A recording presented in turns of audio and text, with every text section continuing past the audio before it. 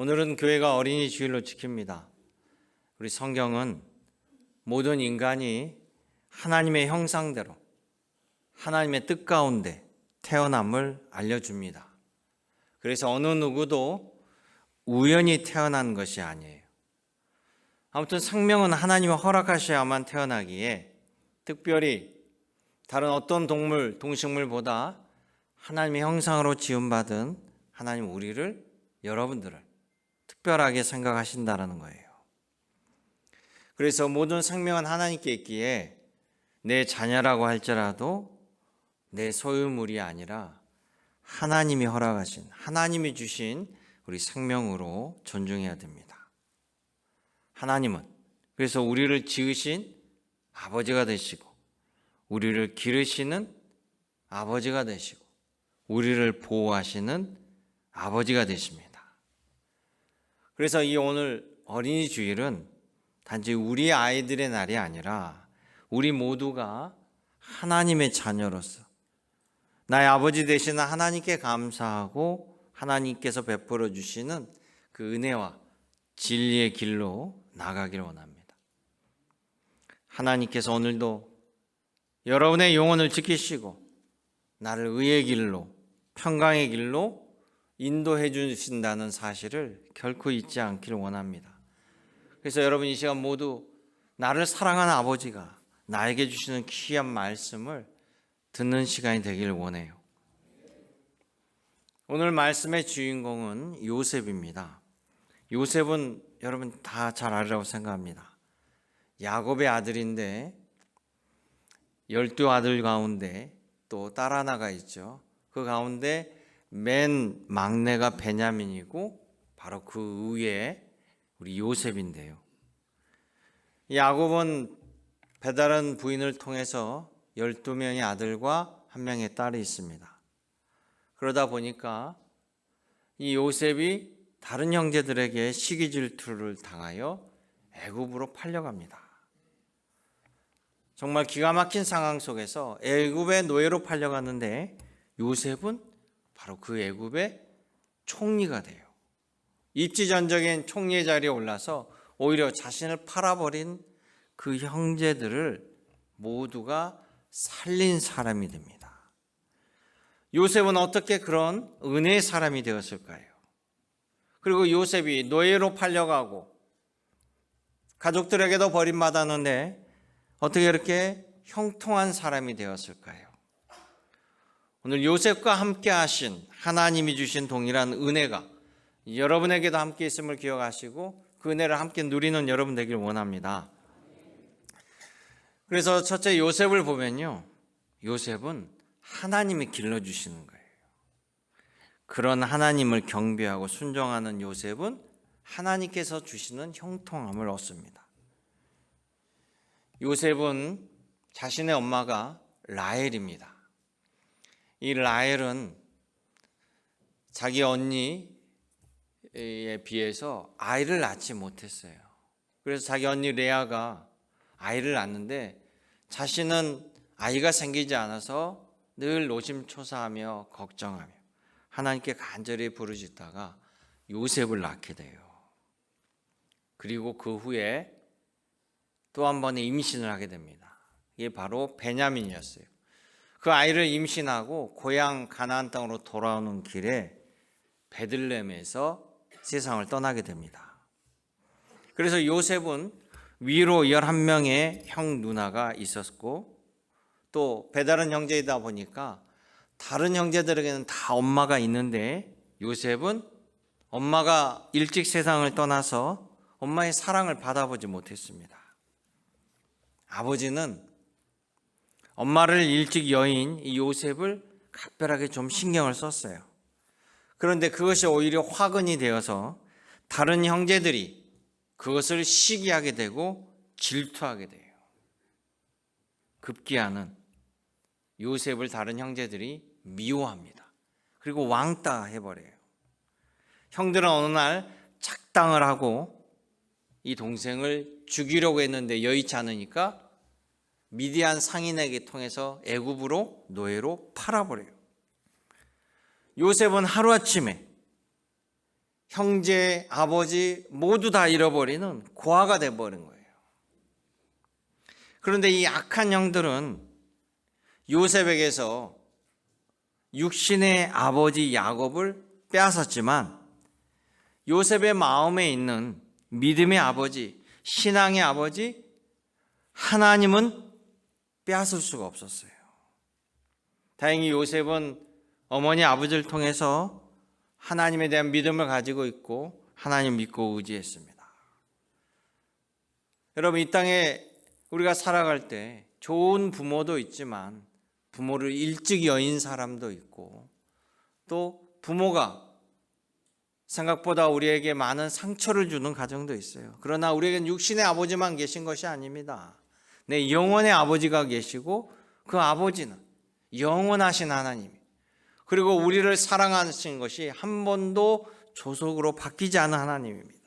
그래서 요셉은 형제들에게 배척받고 애굽으로 비참하게 팔려갔으나 믿음의 아버지 하나님을 경외하는 마음은 누구보다도 뜨거웠어요.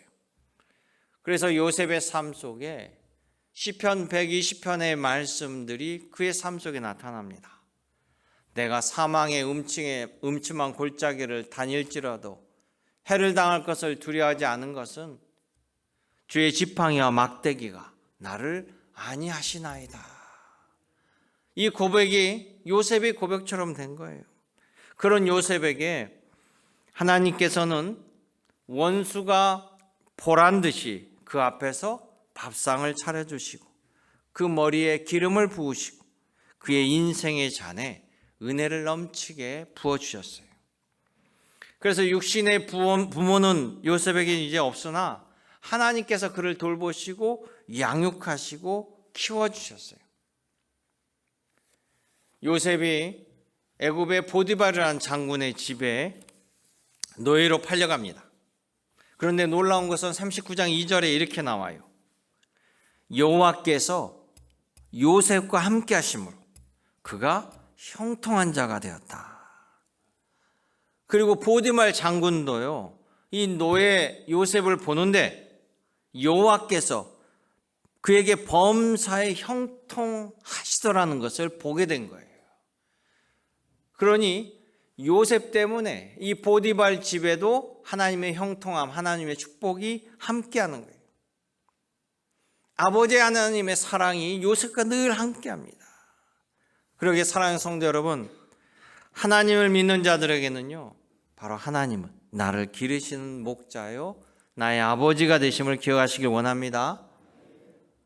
하나님이 오늘도 여러분들을 입히시고 먹이시고 여러분들 쉴 만한 물가로 인도해 주신다는 거예요. 우리는 사나 죽으나 하나님의 것입니다. 이 땅에서도 하나님의 자녀로 살고 우리 하나님이 영원히 계신 분이로 죽음 위에도 내 아버지의 나라로 돌아간다라는 사실이에요.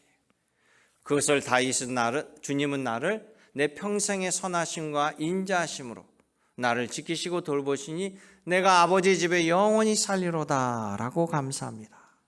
오늘도 하나님 아버지께 감사하며 아버지 하나님께 또 간구하며 하나님이 주시는, 아버지 하나님이 주시는 복을 누리시는 여러분 되시기를 주님의 이름으로 축원합니다. 두 번째는 이 요셉은요, 살아가면서 하나님의 말씀이 그의 삶의 기준이 됩니다. 그래서 하나님께 배운 신뢰, 믿음을 지켜 살아가므로 하나님에게도 믿음, 신뢰, 성실함, 사람들에게도 믿음, 성실함으로 살아가서 그가 형통함을 입게 되는 거예요. 오늘 새벽 가족 축복 새벽 기도에 잠언서 3장의 말씀을 봤습니다. 하나님께서 솔로몬을 통해 주신 지혜인데요, 너희는 이 말씀을 꼭 지켜라. 너희가 이 명령을 지킬 때 장수하게 되고 복을 얻으리라. 그 중에 첫째가 인자와 진리를 목에 메고 가슴에 새겨라. 그리하면 하나님과 또 사람들에게 큰 복을 얻으리라 라고 말씀하십니다. 여기서 인자는 하나님의 성품을 닮은 인내함, 자비로움, 그리고 진리는 성실함과 충성됨입니다. 하나님에게 충성되고 성실하고 우리 삶의 자리에서 성실하고 충성됩니다. 여러분, 우리 하나님은요, 약속하시는 하나님이에요. 그리고 하나님은 그 약속을 무슨 일이 있어도 지킵니다. 그래서 우리 하나님의 약속을 절대 약속이라고 해요. 그런데 세상의 약속은 절대 약속이 없습니다. 세상의 약속은 언제든지 깨질 수가 있어요. 그런데 왜 하나님은 절대 약속을 하냐면, 자, 우리가 약속을 지키고 싶어도 내가 뭐 한 달 뒤에 상대방에게 뭘 어떻게 반드시 해주겠다라고 했지만 내가 내일 일을 알지 못한단 말이에요. 언제 나의 삶이 끝날지 아무도 몰라요. 그런데 우리 하나님께서는 자기의 삶을, 생명을 통제 못하고 주변 상황을 통제 못하는 사람과 달리 우리 하나님은 모든 주변의 상황을 완벽하게 통제하시는 창조주시고 무에서 유를 만드시는 분이고, 그분은 영원하시기에 한계가 없으시다는 거예요. 그러니까 하나님의 약속은 여러분 신뢰할 수 있는 것입니다. 우리가 이 땅에 살만 있는 것이 아니라 주님은 죽음 이후의 삶을 말씀하셨어요. 주님이 천국이 있다고 한다면 우리는 그 천국이 있다라는 것이고, 죽음 이후에 아버지 하나님의 나라 천국으로 돌아간다고 하면 믿음을 가지고 들어갈 수 있다는 사실을 기억해야 될 줄로 믿습니다. 최근 몇 년 동안 드라마에서 또 텔레비전에서 보여주는 기독교의 모습은 너무나 극단적이고 안 좋은 모습만 비쳤죠.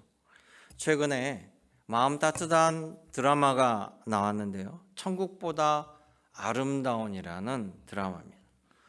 보신 분 계셔요? 몇 분만 보셨어요? 그 내용을 보니까요, 금실이 아주 좋은 노부부가 이 남편이 80대 부인을 보면서 늘 이렇게 합니다. 당신은 지금이 가장 아름다워. 이렇게 얘기해요. 남편이 늘 그렇게 80대 부인에게 그렇게 얘기합니다. 그러다가 남편이 세상을 떠났어요. 남편이 세상을 떠나고 이제 아내도 세상을 떠납니다. 그래서 아내가 죽어서 천국을 갔더니 맨 처음에 천국에서 그러는 거예요. 천국에서 살 나이를 본인이 정할 수 있다는 거예요. 10대, 20대, 30대, 40대, 50대, 70대, 80대 본인이 정하라는 거예요. 그런데 한 번 정하고는 바꿀 수 없대요. 그래서 이 할머니가 곰곰이 생각해 보니까 자기 남편이 80대인 자기에게 당신이 지금이 가장 예뻐. 늘 그랬잖아요. 그래서 80대를 선택했습니다. 자, 80대를 선택하고 천국에 들어갔더니 천국에 죄다 젊은 사람만 보이는 거예요. 막 거의 20대만 보이는 거예요. 목사님도 20대입니다. 그리고 기다리던 남편을 만났어요. 남편을 만났더니 남편이 30대로 나타난 겁니다. 이런 황당한 일이 어디 있어요. 나보고는 그렇게 80대가 가장 이쁘다고 해놓고 자기는 30대로 나타난 거예요. 제가 이 드라마를 우리 사모에게 소개를 받고 보면서 우리 사모하고 약속을 했습니다. 우리 미리 만날 나이를 정하자. 이런 일이 벌어지면 안 되니까. 그래서 30대로 둘이 만나기로 약속했어요. 그런데 이 드라마 보다가 많이 싸운대요, 부부들이. 남편이 우리 몇 살로 만날까? 그렇게 물어보니까 아내가 왜? 다시 만나게? 굳이? 이러고 말을 안 하더래요. 남편들이 무지 서운하더래요. 근데 여러분 걱정하지 마세요. 마태복음 22장에 보면 우리 하나님께서 부활한 이후에 천국에서 장가도 아니 가고 시집도 아니 가고 하늘에 있는 천사와 같다라고 이야기합니다. 만약 여러분이 천국에 갔는데 지금과 똑같은 남편, 아내일 거라고 절대 생각하지 마세요. 달라집니다. 달라진 사람으로 만나요. 천사와 같을 거예요. 얼마나 천국이 좋은 거예요. 천국 간데 지금하고 똑같으면 그러지 않겠어요? 여러분 이 말씀을 믿어보세요. 여러분 모두가 천국에서 만나기를 원합니다. 이 말씀대로 이루어집니다. 절대 손해나지 않습니다. 요셉이 이렇게 하나님의 말씀대로 사는 거예요. 그런데 우리가 하나님 말씀 지키고 살면 꼭 세상은 우리를 가만두지 않아요. 갖은 유혹이 들어옵니다. 39장 6절에 보니까 이 노예로 들어왔던 요셉이요, 하나님이 함께 하심으로 말미암아 이 보디발 장군도 그를 존귀하게 여겨요. 얘는 보통 노예가 아니야. 그래가지고 이 요셉을 존중하면서 자기의 모든 전권을 보디발 장군이 요셉에게 맡깁니다. 그러니까 요셉은 노예로 들어왔다가 이 집안의 2인자가 된 거예요. 그리고 자기의 주군인 이 보디발은 애굽의 또 2인자예요. 엄청난 권력을 가지고 있죠. 자, 모든 것이 자기에게 집중되면 요셉이 교만해질 수 있잖아요. 그런데 성경에 보면 요셉이 아주 보면 용모도 화려하고 멋있었다고 나와요. 그래가지고 이 부인이 반해버린 거죠. 주인의 부인이. 그러니까 모든 걸 다 얻을 수 있잖아요. 그런데 요셉은 단호히 거부합니다. 요셉은 하나님에 대한 믿음과 신의를 가진 사람이에요. 또 자기를 인정하고 돌봐준 보디발 장군에 대해서 믿음과 신의를 가진 사람이에요. 그래서 39장 8절에 보면 요셉이 단호히 거절합니다. 그 유혹을. 그러면서 그 부인에게 이렇게 얘기해요.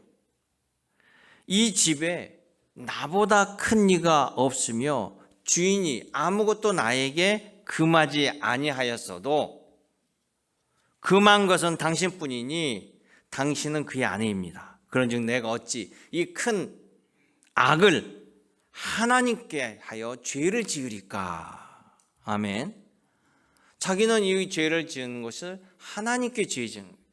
하나님이 나를 이렇게 사랑하고 이렇게 은혜의 자리로 건지시고 사망의 음침한 골짜기에 다닐 때 주께서 나를 지키고 보호하고 형통의 복을 주셨는데 내가 하나님께 신의를 저버릴 수 없다는 거예요.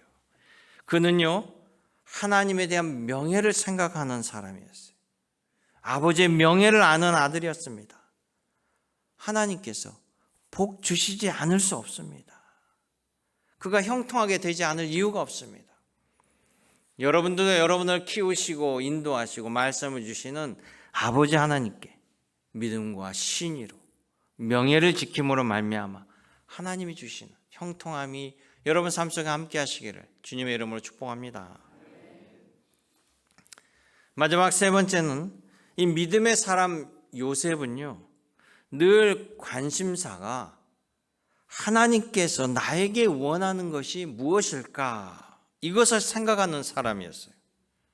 그래서 하나님께서 원하시는 것을 정확히 알고 행동함으로 하나님의 마음을 시원하게 해준 사람이에요. 그럼 그가 형통함을 받지 않을 이유가 없겠죠. 여러분, 세상에는요, 은혜를 받았는데 은혜를 원수로 갚는 사람도 있고요, 은혜를 받았는데 정말 감사함으로 갚는 사람이 있습니다. 또한 나에게 잘못한 사람에게 몇 배로 보복하고 되갚아주는 사람이 있고요, 오히려 악을 행했으나 선으로 갚는 사람이 있어요. 자, 그런다면 하나님의 자녀로 삼으신 여러분들에게 하나님께서는 어떤 것을 요구하실까요?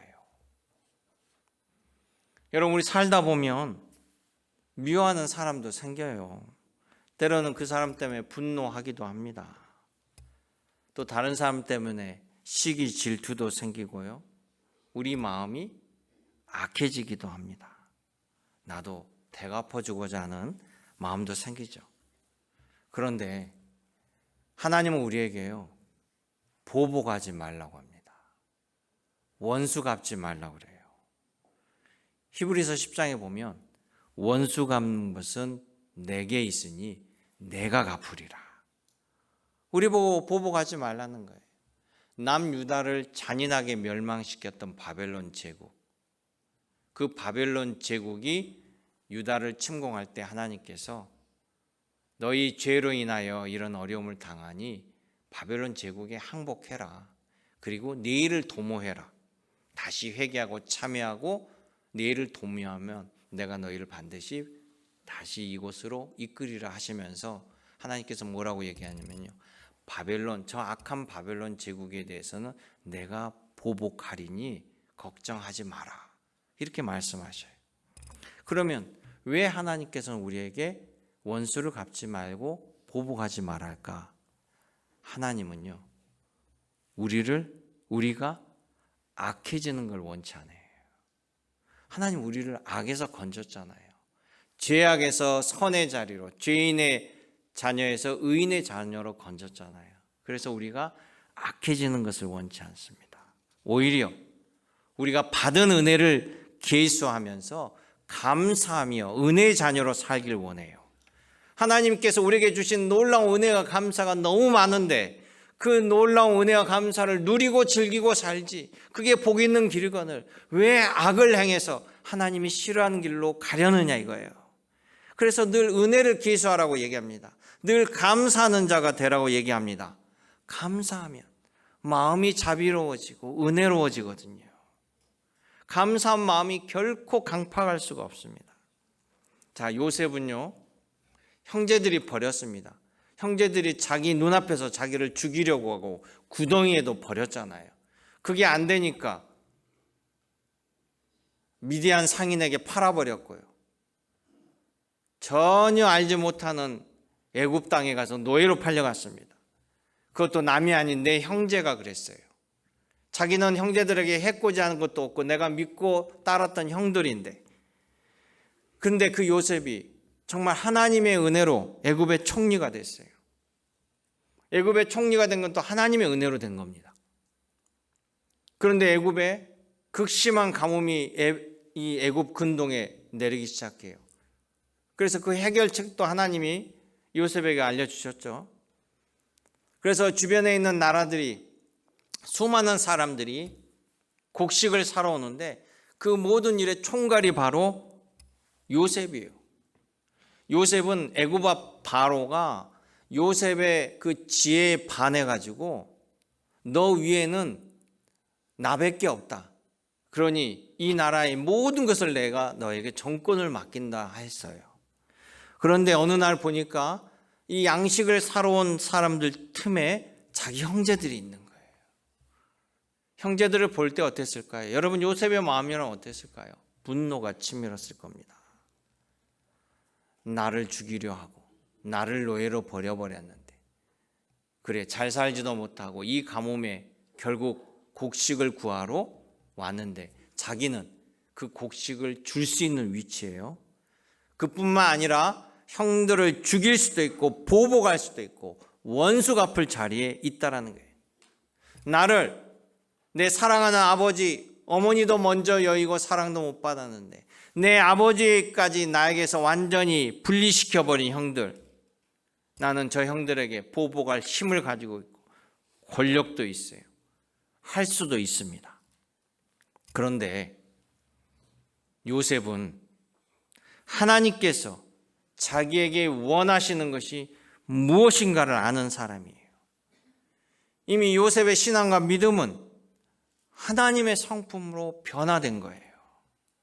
그래서 요셉은 이 형들에게 보복하는 것이 아니라 형들을 용서하고 눈물로 제해를 합니다. 자신의 그 파란만장하고 비참했던 그 어려운 인생길에 대해서 이렇게 형들에게 표현합니다. 형들은 나에게 악을 행하였으나 하나님은 악을 선으로 바꾸셔서 나를, 여러분들을 살리려고 먼저 이곳에 보내셨습니다. 그러니 형들이여 두려워하지 마세요. 내가 형님들의 가족을 책임지겠습니다. 할렐루야. 여러분, 십자가에서 우리의 죄를 가지고 죽으신 예수님, 그리고 부활하신 예수님의 모습이 바로 이 요셉에게 나타나고 있는 것이에요. 오늘 우리의 삶도 여러분 하나님이 기르십니다. 하나님이 여러분을 기르시는 거예요.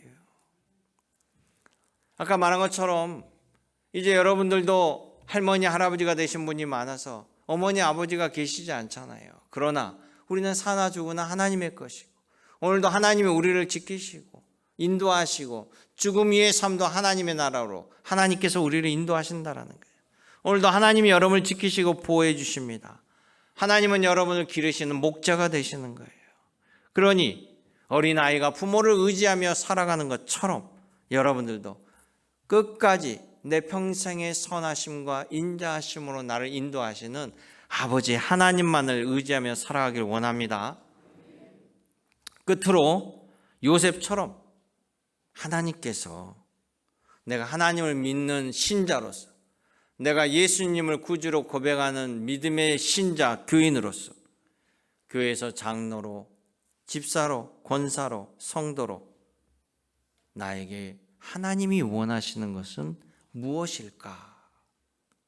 이것을 깊이 상고하시면서 여러분 주님의 마음을 닮아서 주님의 기쁨이 되는 삶을 살아가는 여러분 되시길 원합니다. 반드시 요셉처럼 형통의 은혜로 채워주시기로 믿습니다. 오늘 여러분 위에 하나님의 지혜와 권능이 성령 충만으로 임할 줄로 믿습니다. 아멘.